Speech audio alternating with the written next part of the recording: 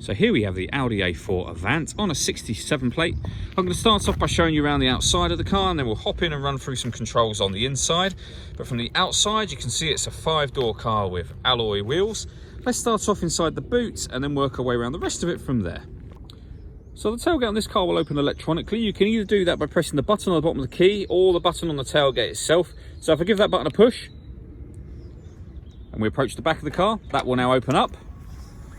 We can see as we approach the back of the car, we have reversing sensors, plenty of boot space as well, along with those 3 individually folding rear seats. Okay, so we're just going to work our way back round to the front of the car, and then we'll hop in and run through some controls on the inside. But now that we've done a full circle of it, you can see it's in excellent condition the whole way round. Just briefly before we climb in, I think it's what we're seeing the interior from this exterior point of view. You get full leather seats, as you can see. There's plenty to run through on the dashboard, so let's hop in and we'll do that now. Okay, now that we're inside the car, we're going to start with the dials. On the left-hand side, we have the rev counter, and on the right-hand side, the speedometer and fuel gauge. In the middle, you can see the total miles for the car, which are 14,936. Above that, we have a digital readout for the speedometer at the moment. You can change information that's displayed there using controls on the steering wheel. So we're on the driving data menu at the moment, so various bits of trip computer and fuel economy information. But we have got radio menu as well, or audio menu. Your satellite navigation and phone menu. So plenty of different options to have displayed on the screen there. If we back out to the steering wheel, the buttons I was using just now are here. We have cruise control underneath that. On the right hand side, we have stereo and phone controls, including voice activation. So you can hit that button, ask it to dial anyone in your contacts list. It will do that for you without you having to take your phone from your bag or pocket. That is, of course, once you paired it up. And that is done on the sat-nav screen in the centre just here. Also, this car has navigation just there. There's a full video showing how that works on our website and on our YouTube channel.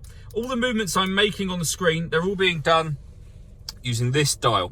We can use these buttons as well to select various things like radio, media, nav, and telephone. Or we can go to the main menu, which we were on just a minute ago, by pressing that button.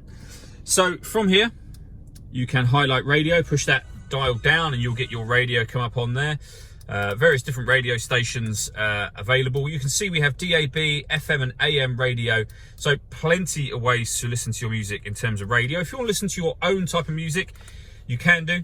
That comes under the media heading, and you can see just there that we've got SD memory card slot, USB input, auxiliary input and Bluetooth audio as well. So plenty of ways to listen to your music in this car. Working our way down, we have the 3-zone climate control. So you can individually adjust the passenger temperature, the driver temperature, and then the passengers in the rear can adjust their own temperature as well, which is the 3rd of the 3 zones. You can adjust your fan speed. From here, you can determine what direction you'd like the air to be distributed in, again, independently for both driver and passenger. When you're happy with those settings, that one turns the air conditioning on, or onto eco, or off, or you can hit auto and the car will maintain the temperature you've asked for by taking control of the fan speed for you. And again, you can do that independently as well. So if you want yours on auto and the passenger doesn't, you have that choice. We also have driver and passenger heated seats, both with 3 different heat settings each. Underneath that section, we can do drive select. So this will enable us to put the car into comfort, auto, dynamic and individual. So you can change the way that it drives.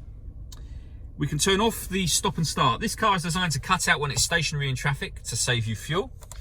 That turns that system off. You can turn off the traction control with this button. You can also turn off the parking sensors.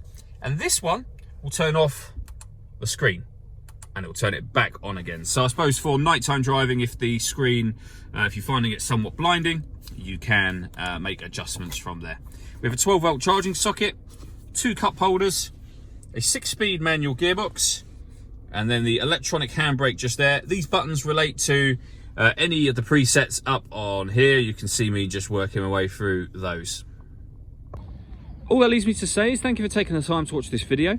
If you'd like to come and see the car in person and have a test drive, please feel free to call any of our MJA sites. We'd love to hear from you soon.